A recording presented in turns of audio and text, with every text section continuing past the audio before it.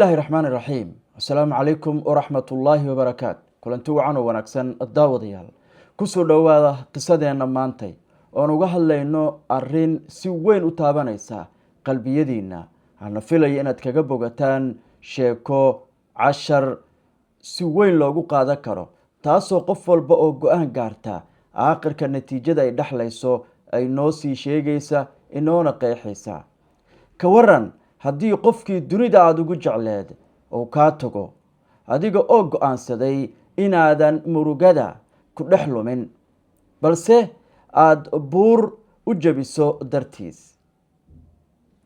waayahay tani ma ahan sheeko mala awaal ah waa qiso dhab ah oo ka dhacday dalka Indiya waa qiso nin sabool ah oo aan haysan wax lacaga mishimo waaweyn balse haystay jacayl iyo go'aan kama dambaysa waxa uu qaatay dubbe iyo biryar wuxuuna wajahay buur weyn oo dadku u arkayeen wax aan la jabi karin maxaa ku kalifay inuu sidaas sameeyo sanado badan ayuu ku qaatay maxayse noqotay wadadii uu abuurayay ka doonayaan inuu ka sameeyo buurta dhexdeeda miyuu ka sameeyay mise uu ku guuldaraystay qisadan waa sheeko ku saabsan jacayl murugo adkaysi iyo sida kaliya ee u bedeli karo qof shakhsi ahi nolosha dad badan oo goob ama deegaan ama dal ama tuulo ku wada nool waxaad ka daawanaysaan qiso waana TV ku soo dhawaada qisadeena maanta oo uga hadlayno arintaas muhiimka ah waxaa jiray nin ku noolaa dalka Indiya waxaa la oran jiray Dasrath waxa uu ku noolaa tuulo yar oo ku taala dalkaasi Indiya waxa uu lahaa qoys waxa uu joogtay haweeney oo aad u jeclaa isagu ma jirin wax dhaqaale ah oo gacanta ugu jiray laakiin wuxuu ahaa nin shaqaale ah oo si maalinle ah u shaqo taga oo shaqadii uu maanta soo helo waxa uu ka soo helo ku noolaa xaaskiisu waxay ahayd mid dulqaad badan oo noloshiisa wax badan ka qabatay ogsoonow in noloshu marka ay adag tahay ay xaaskaagu ku dulqaadato kula fahamta xaaladda odagaagu oo dulqaato dadka guriga joogo dhan ay dulqaataan taas waxa ay keentaa aakhirka natiijo wanaagsan oo dadka baraysa casharada berrito soo socda yuu ahaa ninkan waxaan uga bogonaynaa sheekadeena Dasrath waxa uu ahaa sabool ku noolaa tuulo ku taala dalkaasi Indiya halka lagu magacaabo Bihar ma ahayn nin lacag badan haysta ama awood siyaasadeed haystay waxa uu ahaa shaqaale caadi ah oo ku noolaa nolol halgan ah oo uu noloshiisa si maalinle ah kaga soo saaran jiray dalkaasi Indiya gaar ahaan tuuladaasi ku taala gobolkaasi ku yaala dalka Indiya waxa uu lahaa xaas uu aad u jecel yahay sidaan horeba in la wadaagay jaceylkii xaaskiisa ayaa ku qasbay inuu qaado tilaabooyin adag waxa uu aad u jeclaa inuu xaaskiisu mar walba ahaato mid agtiisa joogta waxaa la oran jiray Falguni Devi inkasta ay noloshu adag tahay ama ay nolol adag ku jireen haddana qoysku waxa uu ahaa waxa ugu muhiimsan ee noloshoodu mid aan marnaba buuq iyo shido iyo dhibaato iyo culays aysan ku qabin waxayna ku faraxsanaayeen noloshoodu heerka ay joogto taas waxay u suurto gelisay inuu shaqo tago subaxii isagoo aan wax walwala ka qabin xaaskiisa iyo gurigiisa toona dhacdadii nolosha bedeshay halkan waxaan ku sheegaynaa dhacdo bedeshay noloshaas quruxda badneed xaaskiisa ayaa dhaawacantay iyadoo oo lala xiriiriyay la iskuna dayay in safar dheer oo adag la marsiiyo buurtuna waa ay dheereed goobta caafimaadka laga heli karay waxaa u dhaxeeyay buur weyn oo magaalada dhan isku gadaantay waxaana xaaladaasi ay u baahneed in daryeel degdeg ah ay hesho xaaskiisa nasiib darro waa ay dhimatay dhacdadaana waxa ay ku dhalisay murugo weyn oo qalbi taabad ku noqotay. maalintaas ayuu go'aansaday inuu tallaabo qaado si uu tallaabadaas u noqoto mid natiijo wanaagsan u noqota dadka guud ahaan ku nool magaalada. waxaana arrintaas ku dhaliyey xaaladii isbeddelka laheyd ee isaga ku timid, ka dhaxlay murugada, kana dhaxlay culayska aad u fara badan uu ku waayey shaqsigii naftiisa u huray, isna tiisa u huray, laakiin aakhirkii ka hormartay oo halkaas kaga dhimatay. buurtii ayuu eegay, wuxuuna u arkayay isagu inay tahay buurtu mid caqabad ah, laakiin dadka deegaanku waxay u arkayeen buur inay tahay oo buur weyn oo magaalada isku gadaantay, oo goobaha caafimaadka iyo magaalada u dhaxaysahay inay tahay waxa hortooda yaalahay buur weyn oo aan waxba laga qaban karin. laakiin Dithrash waxa uu dareemay in buurtu u dhaxaysa tuulada iyo sidoo kale adeegyada muhiimka ah ee ay u baahan yihiin dadku ay tahay caqabad weyn. waxa uu go'aansaday inuusan murugada uusan ku ekaan, balse uu isku dayo inuu dadka u sameeyo waddo ay mari karaan. haddaba waddada intee laga samaynayaa? sheekada ayay inoogu jirtaa siduu u go'aansaday inuu waddo sameeyo. waa dareensantihiin soo maahan? waxa ku qasbay inuu waddo sameeyo waa inay xaaskiisii jiratay oo ay dhaawacantay oo isku dayay inuu qaado buurtu aada u dheereed oo goobaha caafimaadka la aadi karinna ay aakhirkii waqtigeedii ou dhammaaday. isaguna ou aaminsanaa haddii ay jiri lahayd waddo wanaagsan oo gargaar la sii lahaa xaaskiisa inay wax badan oo rajo ka qabay in xaaladdu ay isbedeli karto. dadka deegaanku miday isku raacsiin ayaa jirtay in buur weyn ay ku taallo magaalada dusheeda, taasoo kala xirtay iyaga iyo meelihii ay ka heleen adeegyada caafimaadka. markay aadayaan dadku adeegyada caafimaadka waxay u baahnaayeen waqti dheer inay ka qaadato. sidaas daraaddeed marna kama fakerin iyagu inay waddo ka dhex farshaan buurta ama ay ka kala jeexaan si uga gudbaan. laakiin ninkani wuxuu bedeli doonaa dhammaan nolosha dadka halkaasi ku nool. buurtii wuxuu u arkay marka caqabad, wuxuuna go-aan ku gaaray inuu arrintaas wax ka qabto. go-aankii yaabka lahaa, yacni go-aan yaab leh ayuu gaaray. waxa uu qaatay dubbe iyo bir yar oo fiiqan, wuxuuna bilaabay inuu buurta dhagaxyadeeda jebiyo. dad badan waxay u arkayeen arrintiisa wax aan macquul ahayn. waxay ku lahaayeen ninkan waa uu waashay, xaaskii markay ka dhimatay maskax ahaan ayay wax u gaareen, yacni sidaas ayay aamineen. laakiin saas xaalku ma ahayn. wuu xanuunsaday, dhibaato wuu dareemay, laakiin macnaheedu ma ahan inuu ninkaasi waalaa. dadka way ku qoslayeen, way ku qosli jireen markay eegaan, way ku qoslayeen, waxay lahaayeen war majaajilo ayay ka dhiganayeen. tallaabooyinka uu qaadayo iyo dhagaxa uu jebinayo iyo buurta uu doonayo inuu jebiyo dhammaantood way ku qoslayeen. markii ay dadku arkaan ninkan saboolka ah oo buur weyn keligiis jebinaya, qaar waxay u malaynayeen inuu waalan yahay. laakiin Dithrash ma uusan joojin shaqadiisa, mana uusan ku mashquulin hadallada dadka ka soo yeeraya. waayo marka aad go-aan gaarto oo aad rabto go-aankaaga inaad ka dhabayso oo aad tallaabooyin qaadayso, waxaad arkaysaa 3 qof ayaa laga yaabaa inay kaa hor yimaadaan.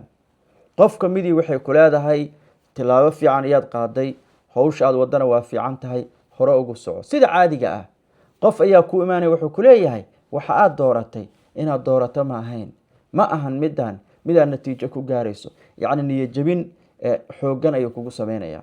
qof wuxuu ku leeyahay warniyow arrinta aad waddo way fiican tahay laakiin way adag tahay, miyaad aniga caawinaad iga baahan tahay? ma ku caawin karaa? maxaan kaa caawiyaa? maxaan kaa garab istaagaa? yacni wuxuu isku dayayaa inuu arrinta kaa garab istaago. 3daas qof inaa aragto markaad tilaabo go-aansato waa lama huraan. qof kasta oo halkaa naga daawanaya ee go-aan gaarana waan hubaa inuu caqabadahaas uu la kulmay. waayahay 22 sano ayuu ku jiray halgankii ninkaas. 22 sano kadib maxaa dhacay markaa? Dithrash waxa uu shaqadaas sii waday muddo ku dhow 22 sano laga bilaabo qiyaastii 1960kii ilaa 1982. tana waxa ay muujinaysaa in guul weyn aysan mar walba ku imaan maalmo yar iyo soo kala bila yar. yacni qoftani waxay rabtaa inay guul gaarto, inay natiijo fiican oo la taabo kara ay gaarto, dulqaado. halkan maxaan ka baraynana dulqaad. yacni qoftii inay sabarto, isku daydo natiijada intay gaarayso ay la kacaakufto, tartiib u socoto. qof walbaahi maamaha ay jirtay leeyahay Roma maalin kaligeed lama dhisin. waad arkaysaan maanta way dhisan tahay.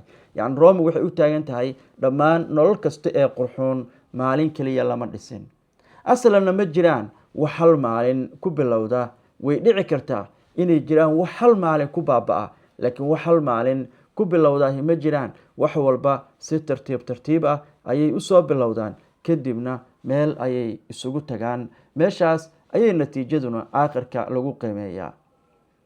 waayahay wadadii uu sameeyey, yacni wadadii aada looga cabsanayay inaan la samey karin, inaan la qabo karin, 22 sano kadib ninkii ay dadku lahayeen waa waalan yahay, wadadii waa uu sameeyey. ugu dambeyntii waxa uu buurta dhexdeeda ka sameeyey wado la isticmaali karo. wadada ayaa fududeysay isku socodka dadka iyo deegaanka, meelaha muhiimka ah ee caafimaadkii, waxbarashadii, magaaladii dhammaan waa fududaadeen. waana sababta kaliya ee isagoo awalba qorshahaas u lahaa. dadkii way u yimaadeen, waxayna uga mahad celiyeen hawsha uu qabtay. waxay dareemeen inuusan waalayn, laakiin uu gaaray go-aan ay ku kaliyeeyeen. waxaa xusid mudan haddii maalinta uu ninkaasi go-aanka gaaray ay go-aankaas la gaari lahaayeen oo dhammaan dadka tuuladaasi ku dhaqnaa ay go-aankaas qaadan lahaayeen, 22 sano hawshan ima gaarteen, laakiin ka soke ayay ku dhammayn lahaayeen. waxaase la waayey shaqsi labeeya, mid saddexeeya iyo mid afareeya oo go-aankaas la qaata, kalana la shaqeeya sidii arrintaas loo qaban lahaa. waayahay maxay ahayd guushiisu marka? yacni guushiisu uu gaaray ilaa isaga xaaskiisa waa dhimatay oo waa uu waayey, kadib ayuu go-aankan gaaray. marka maxay ahayd guushiisu? guushiisu ma ahayn oo keliya inuu dhagaxa jebiyey. waxa uu sameeyey dhibaatadii isaga ku dhacday inuu u bedelay wax dadka kale anfaca. yacni isagii waa dhibaatooday, xaaskiisii way ka dhaawacantay, wuxuu isku dayay inuu qaado, intuu safarka dheer kula jira ayay ka dhimatay. marka dhibkiisa ayaa wuxuu u bedelay dadkii wax anfaca in la helo oo uu ku bedelo. waa natiijo wanaagsan. adiga tusaale ahaan dhibaa kugu dhacay, qof saaxiibka ah ayaad la hadlaysaa, wax le war hebelow meeshaas aad arkayso aniga ayay shalay dhib igula dhacay, ha samaynin hana yeelin. yacni dadka qaarkood waxay sameeyaan waxa ku dhacay oo xanuun ah ma sheegaan, laakiin waxay sheegaan waxa laga yaabo inay qurux badan yihiin. dadkii quruxday u sheekeynayaan, ugama sheekeynayaan xanuunka iyo rafaadka ay soo mareen. tusaale ahaan qof ayaa waxaa laga yaabaa in uu meel maalgelin ku samaystay, ama lacag yar oo meel maalgelin ku samaystay, ama isagu shaqo isagoo haysta shaqadii uu ka caajisay, uu qabo waayey, maamulkii la hadleen ay ku dhaheen war hebelow ama hebloy shaqada qabo. shaqadii uu qaban waayey, kadibna shaqadii ayuu waayey. shaqadii markuu waayey maxaa kusoo bilaabanayo? noloshiioo adkaata, xaaladiioo isbedesha ayaa ku dhacaysa soo maahan. tii ayaa oo berri wuxuu arki karaa qof saaxiibkiisa ah, wuu tegay ninkii shaqo kaloo helay, shala shaqada ku ciyaaray oo shaqada laga eriyey, qof kaloo arki doonaa oo berito meel shaqaa kala shaqeynaya. war hebelow shalay anaa saas ugu dhacday, shirkad hebelaan ka shaqeynayay, shaqadaas ayaan hayay, shaqadii waxaan uga soo tegay inaan hawshii qabso waaye, hawsha qabso. yacni inay darsi u noqoto qoftu waxa noloshiisa ku xeeran ayaa waxay qayb weyn ka tahay noloshaada. wadadii markuu sameeyey ayaa waxaan eegaynaa waa maxay guusha uu gaaray. yacni guusha uu gaaray waxay ahayd in dhibkiisii uu u bedelay wax anfaca dadka, oo dadkii deegaanka uu uga shaqeeyay arrintaas. haddaba sheekadan waxaan ka baran karnaa waxaa ka mid a kow, casharka ugu weyn oon ka baranayno waa inaan isla fahno. qisadu waxay ina baraysaa ha sugin inaad haysato wax walba si aad u bilowdo shaqo aad doonayso markaas inaad qabato. ninkaas indiya u dhashay waxa uu haystay qalab yar, laakiin waxa uu lahaa go-aan weyn oo aada uga cuslaa wax walba. ogsoonow inaan wax walba ood bilaabayso aysan ku xirayn inaad u bilowdo sidii ugu sarreysay aad u bilaabi lahayd. casharka labaad oon ka baranayna waxay tahay dhibaatadaadu inaysan noqon meesha aad ku dhammaato. yacni dhibaa kugu dhacay, tusaale ahaan lacagaad yaraad haysatay, lacagtii yareedaad maal gashatay way kaa hallowday ama waa kaa gubatay, waa kaa kacday. haddaad tiraa maya wax daba ma sameynaaye, tallaabo daba ma qaadaaye, shaqaad qabatay shaqadii waa kugu adkaatay, waxaad tiraa maya shaqadan waa adag tahay ma sameyn karo, madaxii ugu xanuuna waa ku daalay. wax tilaaba qaad, iskuula aaday casharada kugu adkaa, maya waxaad tiraa casharadu way igu adag yihiin, iskuulkan casharadiisa ma akhri karo. waayahay xaafad fogaad deganeed usoo lugey jirtay qarashkaaga waxaaga beeqaamsanaysa, maya tana ma usoo lugey kara aniga, waxaan raadinaa meel ka dhow. meel ka dhow haddaad tagtana waxaa isbedelaya qarashkii, noloshii, xaaladii way adkaanaysaa. yacni in qoftu go-aan qaadashada marka ay qaadanayso aysan iska qaadane ay u qaadato si foojigan oo mar walba ay ku dheehan tahay caqliyad ayaan halkan ka baranaynaa. markii dhibaato kugu dhacdo tusaale ahaana inaysan noqon dhammaadkaaga, oo maanta haddii dhib kugu dhaco aadan nolosha dhan ka quusan ee aada ka fekerto sidee baad horay ugu sii socon kartaa. marka laga hadlayo taas waxa uu waayey qofkii uu jeclaa ninkan, laakiin halkii uu murugoon lahaa oo murugada ku dhex lumi lahaa waxa uu isku dayey inuu sameeyo wax mustaqbalka dadka dhan wax ka bedelaya.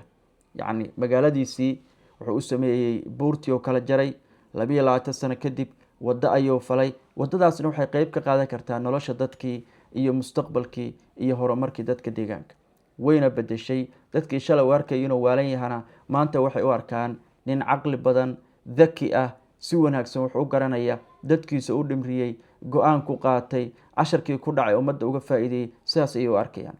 aslan mar kasta oo aada guulaysato waxaad leedahay saaxiibo badan, waxaad yeelanaysaa ehel aada u fara badan, waxaad yeelanaysaa haldoor badan oo kuu yeeranaya oo ku dhahaya hebelow hebeloy war kaala niyahow maanta ii imaaw, halkaan isugu kaana keen, kaala aan wada hadalno, kaala shirkaana lagaa rabaa, munaasabadan kasoo qeyb gal, waa ku casuumeynaa, kaala inoo. yacni dad badan ayaad helaysaa markaad guulaysato, sidaas ayaad helaysaa.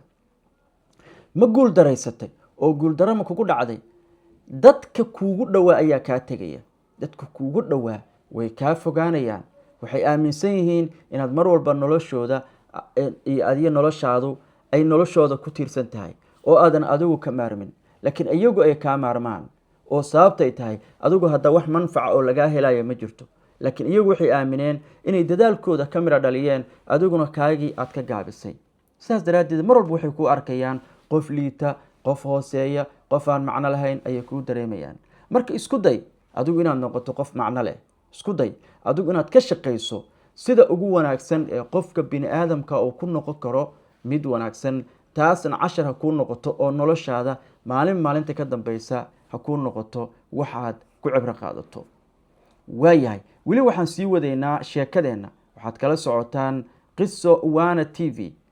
casharada ugu muhiimsan ee qiso wana t v halkan maanta sheekadeenna aan ka baranayna waxaa ka mid a buur kasta waa la jebin karaa, laakiin ma aha hal maalin. eeg, buur kasta waa la jebi karaa laakiin ma ahan hal maalin. yacni tallaabo waa qaadi kartaa laakiin ma aha hal maalin. yacni hal maalin buurta inaad qaado oo tallaabo qaado oo tallaabadaas aad qaado aad ka miro dhaliso maya. waa suurtagal inuu waqtigu ku saacido oo tallaabo weyn oo la yaab leh aad qaado, laakiin ma ahan inta badan wax sidaas u dhaca. natiijooyinka waaweyn ee guulaha laga gaaro ma ahan kuwa sidaas u dhaca. tusaale, qof ayaa wuxuu bilaabayaa shaqo yar. shaqadaa yar markuu bilaabo, maalinta horeu bilaabaya wixii way yar yihiin, waxba kama soo baxayaan, wuu ku rafaadayaa, madaxiyaa ku xanuunaya, wuu ku daalayaa. 10 jeer ayuu go-aansanayaa inuu iska dhaafo. 10 jeer ayuu isku dayayaa inuu ka tanaasulo. 10 jeer ayuu isku dayayaa inuu mugdi badan oo ka gala arrintaas, laakiin haddana wuxuu isku dayayaa inuu ka gudbo oo caqabadaas ay dhaafto. sidaas daraaddeed mar walba ogsoonow in casharada muhiimka ah adiga uun ay ku hor yaallaan.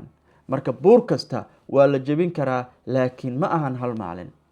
haddii aad rabto inaad noloshaada horumar ku samayso oo aad tallaabo loo qaateen ah aada hore u qaado, waa inaad dulqaad badan la timaadaa.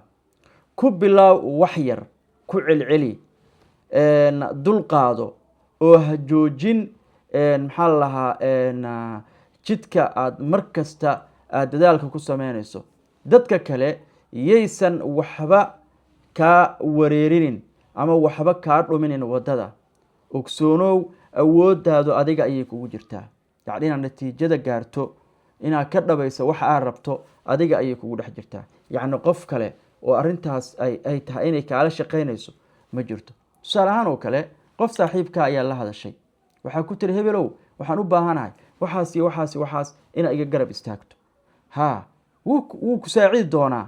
marka koowaad wuxuu ku tusi doonaa inuu waxaa kaa saaciday. waad fududahay, waa diyaar, waa kuu samaynaya, sidaas ayuu kugu oranaya. marna kuma oranayo ma samayn karo, ma yeelaayo kuma oranayo. okay, maalinta labaad ayaad ku laabanaysa, waxaa hebelow wixii shalay aad ii samaysay intaas ayaan fahmay, intaas ayaa iga maqan ee igu dar. maalintaas waa laga yaabaa inuu intii kale kaala shaqeeyo.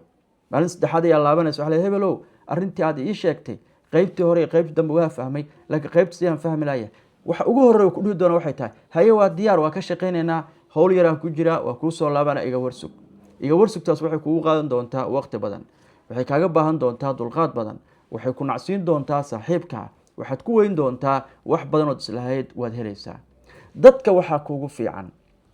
tusaale ahaan saaxiib kale ayaa jira, waad wacaysa, waxa hebelow waxaas raba maanta inay ii qabatay ii qabo. wuxuu ku leeyahay maya, waxba kuma qabanayo, adiga qabso, adigu isku kalsoonaaw, ka shaqeey adiga inaad hadafkaaga iyo mustaqbalkaaga iyo noloshaada adigu aad gaarto. yacni isagaa wuxuu ku leeyahay go-aan gaar, adigu tilaabada qaad. aniga halkan jooga, aniga ayaa tegey, cidna ima geynin, marka tilaabada qaad, hore u soco. saas ayuu ku leeyahay. markaas uu ku leeyahay eragaas, saaxiibkaas waxaad u arki doontaa qof xun, waxaad u fahmi doontaa qof aan manaxo ah, waxaad u arki doontaa qof aan lahayn saaxiibtinimo ama ehelnimo ama aad ku danaynayn. laakiin ogsoonow, qofta maalinta caqabada ku haysta kugu yiraahdo ismaamul, hore u soco, isdaber, dhaqaaq, waa qofku garab siiyey, wuxuuna kaa caawiyey inaad ka baxda dhibkaad haysato. laakiin tusaale ahaan hadduu ku daajiyo oo ku yidhaaho waxaas maa rabtay, haye hoo qaado, tan maa rabtay, haye hoo qaado, tan ma u baahna, haye hoo qaado. yacni adiga maxaad samaynaysaa? waa isdhiganaysaa. tusaale yaraan kuu sheegaa. shaqo ayaa haysataa, meel ayaa ka shaqaysaa. meesha aad ka shaqayso maantay sax waaye, noloshaada way ku filan tahay, mushaar fiican ayaad ka heshaa, noloshaada aad baad ugu qanacsan tahay. noloshaada markii shaqadii way dhammaatay, maxaad samayn doontaa? waxaa kusoo wajihi doonta kow, madax xanuun, caqabad weyn, cudurro aan dhammaad lahayn, mashaakil aan dhammaad lahayn. waxaasoo idil ayaa kusoo wajihi doona. sidaas daraaddeed maxaa loo baahan yahay inaad mar kasta aad ka fekerto, inaad markaad meel shaqo haddaad joogto inaad option kale ka fekerto iyo tillaabooyinka aad qaadi karto. haddaad caqabad aragto inaad caqabada ku sasin, caqabada aada ku waalan, mashaakil weyn aada ku dareemin. sidaas daraaddeedna aada isku daydo bal caqabada maanta taagan si aad ugu bedeli lahayd xal. maanta caqabada ku haysataa berri ayay xal tahay. tusaale ahaan, xaalad ayaa meel kaa soo wajahday, waxaad rabtay inaad meel hebel wax samayso ama tallaabo hebel qaado, way kuu suurtogeli weysay. madax ayuu ku xanuunin, ha ku madax jebin, aamin inaad waxaan berita samayso. yani do it, waad samey kartaa.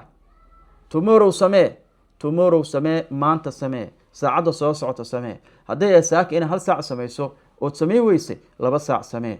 2 saac hadday kugu adkaatay, 3 saac samee. ha quusanin, hore u soco.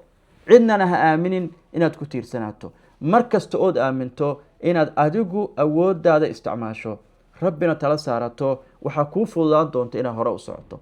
laakiin markaad aaminsan tahay wax kastood qabanaysa inay dad kale ku xiran tahay, mustaqbalkaagu weligaa ma dhaafi doontid halka aad taagan tahay. cashar waa inay kuu noqotaa ninkan odaga ah ee go-aansaday kadib markuu xaaskiisii waayey inuu dadkii kale o dhan badbaadiyo, inaad taa ogaato. haddii uusan go-aansan lahayn, uu dhihi lahaa okay, adiga xaaskaaga way dhimatay, buurtaan ayaa sababtay, buurta uu ku weli lahaa, maalin kasta uu ku murugoo lahaa, maalin kasta buurta uu caqabadba uusu arki lahayn, wax caadiyo normal isaga arki lahaa, yacni weligiis waxuma suurta galeen. kumanaanka qof ee uu badbaadiyana muusan badbaadiyeen.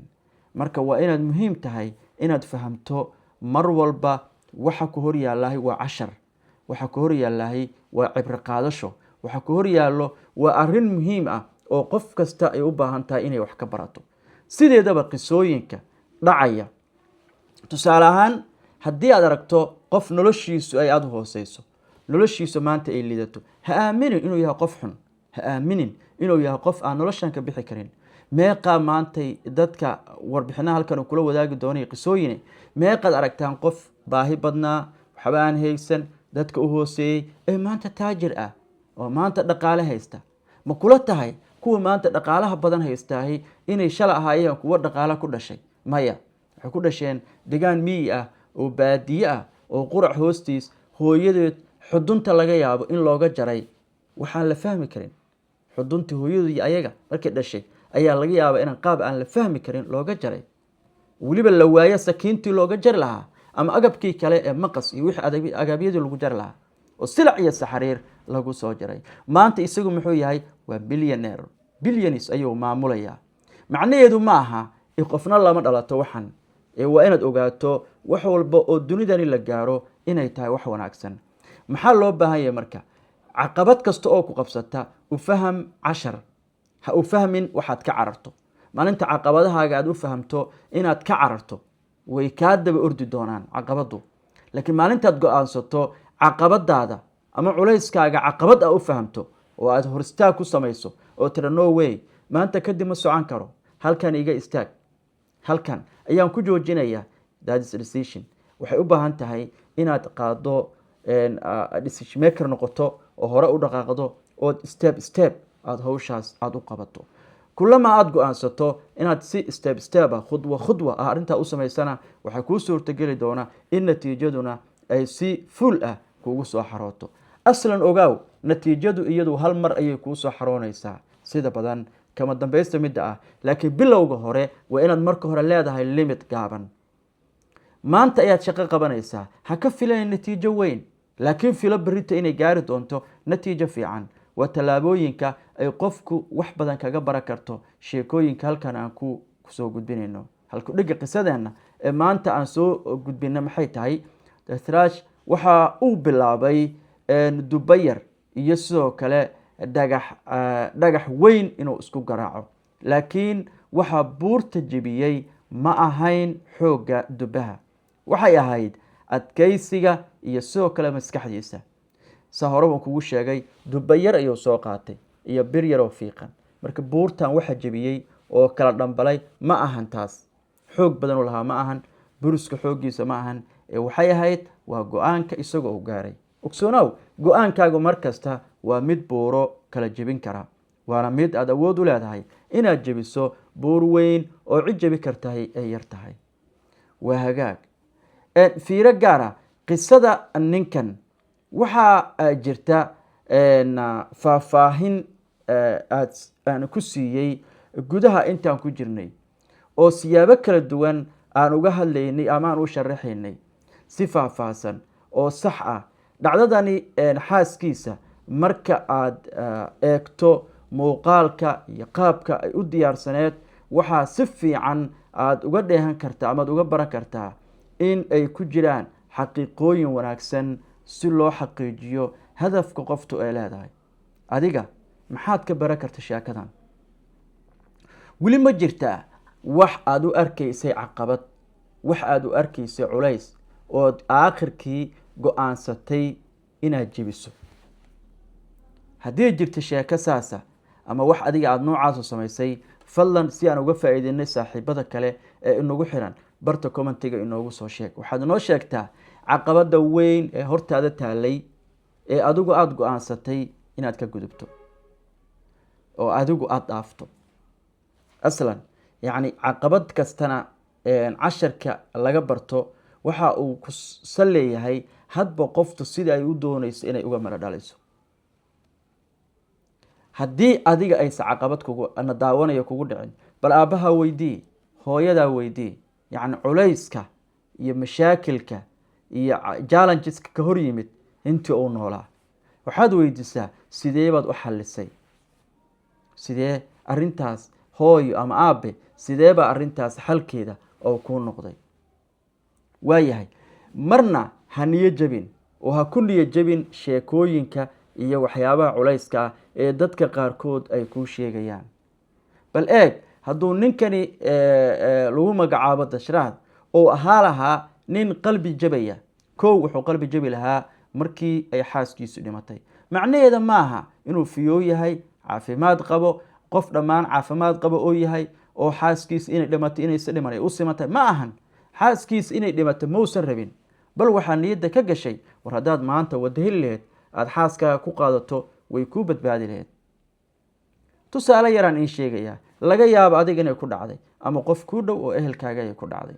tusaale ahaan, aabe ayaa wuxuu joogaa meel baadiye ah, ama hooyo ayaa waxay joogtaa meel baadiye ah, ama walaalka ayaa waxau joogaa meel aafa oo baadiye ah. waxaa lagugu yidhi hooyadaa way jiran tahay, hooyo aada bay u xanuunsan tahay. waayahay, waxaad u baahan tahay hooyo inaad u tagto ama aabe aada u tagto si inta uusan dhiman ka hor aada ula sheekaysato, ood u ogaato, ood ula xaajooto. waayahay, aabbe waxaad ugu tegi kartaa saddex qaab ayaa ugu tegi kartaa: inaad lugayso ood lug ku baxdo, inaad gaari qaadato, iyo inaad diyaarad qaadato. xilligii ugu fudud ee aad tegi karto waa midda diyaaradda, tan ku xigtana waa gaariga, tan ugu dambeysana waa lugta.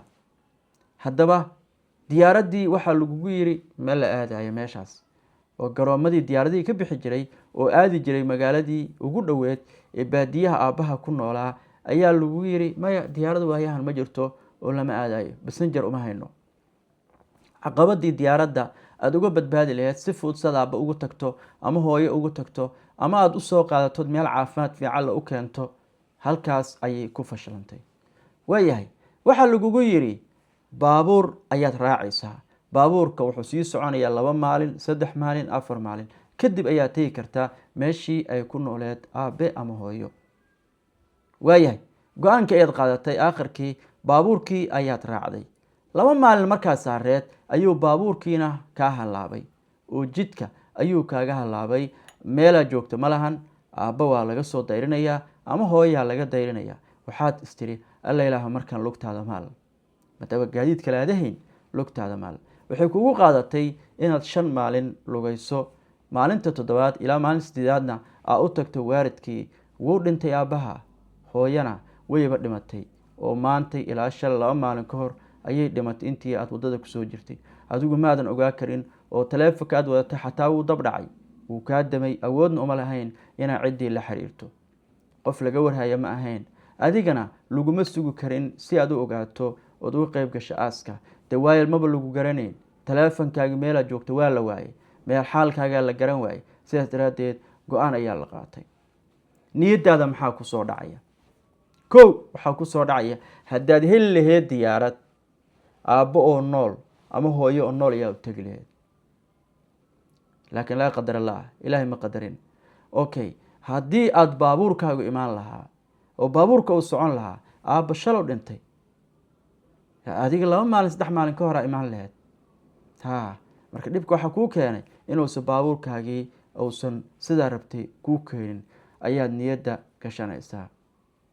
qodobka 3aad, waxaad arkaysaa in lugta aada soo lugaysay ay aakhirkii natiijo fiican kuu keentay, laakiin ay ahayd meeshii ugu dambeysay ama khudwadii ugu dambeysay ee aad qaada laheyd. last step ee aad ku gaari kartay safarkaaga ayay ahayd oo tripkaaga aada ku isticmaali kartay. ogsoonow, dhacdo kasta oo dhacda wax ayay ku xasuusinaysaa. dhacdo kasta oo dhacda cawaaqib ayay leedahay. tilaabo kasta ood qaadayso culays badan ayay leedahay. waxaa laga yaabaa qof ayaa bareeraya, wuxuu u bareerayaa inuu biyo dhex maro, naftiisii qaribo, culays badan mariyo. wuu baxayaa, meel ayuu tegayaa. meel markuu tago, meeshii uu tegay dadkiisii sidee ku imaanayaan? si ka fiican, si ka fudud. diyaaradaa lagu tegayaa, gaadiiday ku tegayaan, way fududaanaysaa. inaad noqoto marka adigu qofta koowaad ee wadafalaha ah waxay ka wanaagsan tahay inaad noqoto midka waddada loo falayo. inaad noqoto qofka koowaad ee go-aanka gaaray waxaa ka wanaagsan tahay inaad noqoto qofka go-aanka loo gaaray. inaad noqoto qofka caqabadda oo arkay ka cararay waxaa ka wanaagsan inaad noqoto qofka caqabadda la dagaalamaya. inaad noqoto qofka mar walba caqabadihiisa jecel in laga garab siiyo, laga caawiyo, waxaa ka fiican inaad aaminto in adiga caqabadahaaga aad ku filaato. arrimahaasoo idil waxay kuu dhisayaan noloshaada, waxay kuu dhisayaan mustaqbalkaaga, waxay kuu ifinayaan awooddaada, waxay ku tusayaan dadnimadaada, waxay kuu sameynayaan saaxiibo aada u fara badan. tusaale yar ayaan ku weydiinaya, adiga i daawanaya, ma shaqaysaa? haa. xafiis maa ka shaqaysaa? haa. meeqa saaxiib ayaa leedahay? iga soo jawaab, adiga meeqa saaxiib ayaa leedahay? tusaale ahaan 5 saaxiib, 6 saaxiib, 7 saaxiib, ilaa 10 ilaa 100 qof oo meesha ka shaqaysa, dhammaantood way isjeceshihiin. waad salaanta, haay, asalaamu calaykum, see tahay, ma fiican tahay? waa soo bariya 100kaas 50kaas qofood, 10kaas qof ilaa 5taas qof way ku wada salaamaan. haddii maanta aysan ku arkin oo berri aysan ku arkin, way ku imaanayaan. hebelow see tahay, xaalkaa ka oran, ciyaalka makuu nabad qabaan, adigu see ayay ku oranayaan. okay, shaqadii way dhammaatay, iridiyaa laga baxay, banaankiyaa la aaday. dadkii saaxiibada ahaa qaar baa noloshooda maareeyey. xaggee dambe isku arkaysiin? waa maya.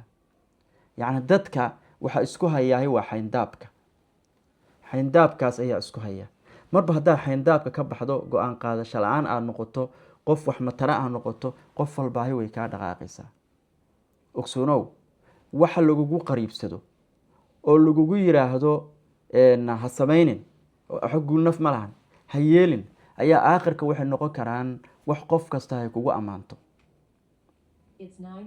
yacni wax adiga qof kasta ay phenomena ah oo qof kasta kugu ammaanto, oy la yaabto, oy istira wah, qofkani muxuu ahaa, suu guushaan u gaaray, sidaa u sameeyey waxan.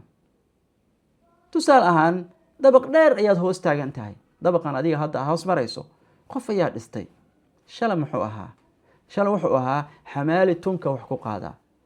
Dubai ayuu tegay, jawaano ayuu tolayay. laakiin maantay guriga filada hortaagan tahay, ninkii jawaanka Dubai tolayay ayaa iska lahaa. okay, sidoo ku tagay Dubai? wuxuu ku tagay socod dheer, safar ayuu u maray. safarku ku maro culays badan oo dhibaato badan oo kala kulmay. laakiin maanta muxuu leeyahay 5 dabaq oo ku taala magaalada Muqdisho, ama 5 dabaq oo ku taala magaalada Nairobi, ganacsi badan oo ku yaala East Africa, Europe iyo America, Canada iyo dalalka Yurub oo dhan. waayahay, sidee ku gaaray? go-aan ayuu gaaray. sidoo uu sameeyey? waa uu dul qaatay, waana uu taxamulay. tusaale ahaan, waxyaabaha astaanta u ah waxaa qayb ka ah hooyada Soomaaliyeed ee maanta joogtahay. waa maxay waxa ay samayso? waxay taxamushaa culays aada u fara badan. aabbaha Soomaaliyeed iyo hooyada Soomaaliyeed maanta maxay sameeyaan? waxay u dul qaataan caqabado fara badan oo noloshaada ku gadaaman. waxay u dul qaataan culays badan oo ay aaminsan yihiin inuu yahay arrin aada uga xoog badan. laakiin haddana ma dayacaan fursadda, kuguma ciyaaraan, kaama tagaan, way ku koriyaan, meel wanaagsan ayay ku geeyaan. 3 shay ayayna waalidkaagu markaas ka fekerayaan. go-aanka ay qaateen oo sidan kugu sameynayaan waa 3 shay. 1, horta ba inaad adigu is-anfacdo ood qof noqoto aan dhib kale iyo shiddo kale la soo laaban, oo naftiisa iyo noloshiisa maareeya. 2, inaad ayaga anfacdo iyo ciddii kaa hooseyda oo ay xaaladoodu xilan tahay inaad garab istaagto. 3, inay kugu faanaan. yacni ogsoonow, haddii aad noqoto qof muuqda oo bannaanka jooga, oo noloshiisa ku filan, oo shaqadiisa ku filan, oo bannaanka yaalla, qof kasta ayaa kugu faanaysa. hebel ma taqaanaa? haa, anuu ila dhashay. walaahi, hebel ma taqaanaa? haa, anaa iskuulka isla dhiga jirnay. haa, hebel ma taqaanaa? haa, anaa ganacsi isla lahaa jirnay. hebel ma taqaanaa? haa, ciyaal xaafadeedaan isla ahayn. yacni hebel ma taqaanaa? haa, saasay ku soconaysaa xaaladaada. ma xumaatay? qofna kuma garanayo. kii fasalka kula dhiganaya kuma yaqaano, kii xaafadda kula deganaa kuma yaqaano, kii ganacsiga mar wada lahaa jirta oo musalafta kuma yaqaano, yacni waa lagaa wada tegayaa. kii kula dhasha kuma yaqaano, kii aad dhashay waa kaa dhuumanaya, waa ku dafiraya, wuxuu leeyahay maya, waa ku agmaraya si dadku ay is ula yaabin oo is dhino ninkan khariban ayaa waaridka ah mase ninkaana walaalka ah, waa lagaa kala leexanayaa. ogsoonow maantay ugu dambeyntii sheekadeenna qiso iyo waano waxaan kusoo xiraynaa inaad gaarto meel wanaagsan, inaad noqoto guulaystaha berito adiga ayay kugu xiran tahay. adigu samee saas, yacni cid kale ha u daba fariisanin.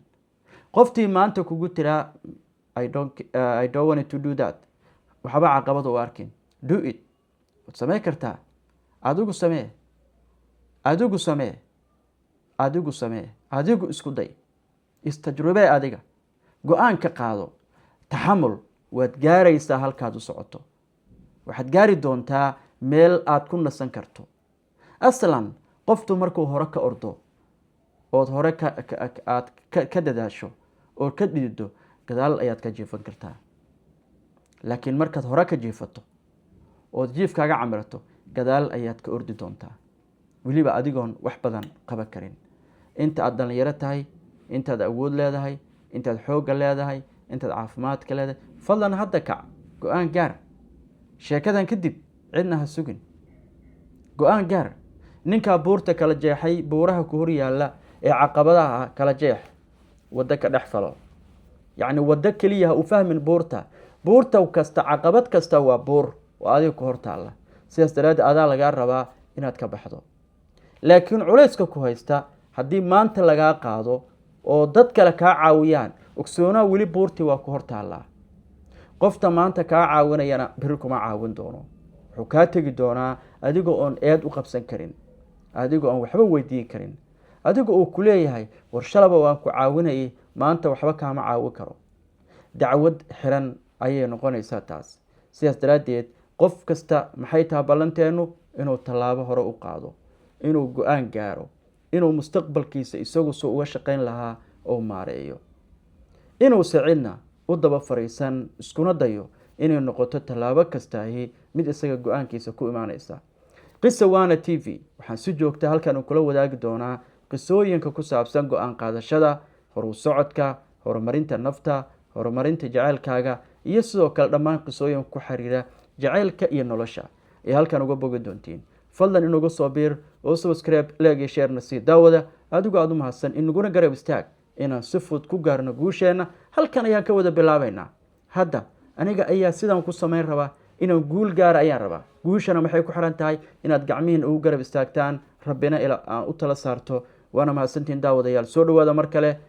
qisa waana t v-na waa hoyga sheekooyinka iyo qisooyinka macnaha badan sameynaya ee aan doonayn inaan wax badan uga bedelno ummadeenna, daawadayaasheenna iyo saaxiibadeenna, si aan u noqono waddadii ay buuraha ku jeexi lahaayeen hortooda taalla. waxaan idin bari doonaa, la wadaagi doonaa qisooyin xiriira oo ku saabsan sida aad u hormari karto noloshaada, adigoo oon quusan aad u gaari karto guushaada. waad mahadsantihiin daawadayaal. soo dhawaada mar kale.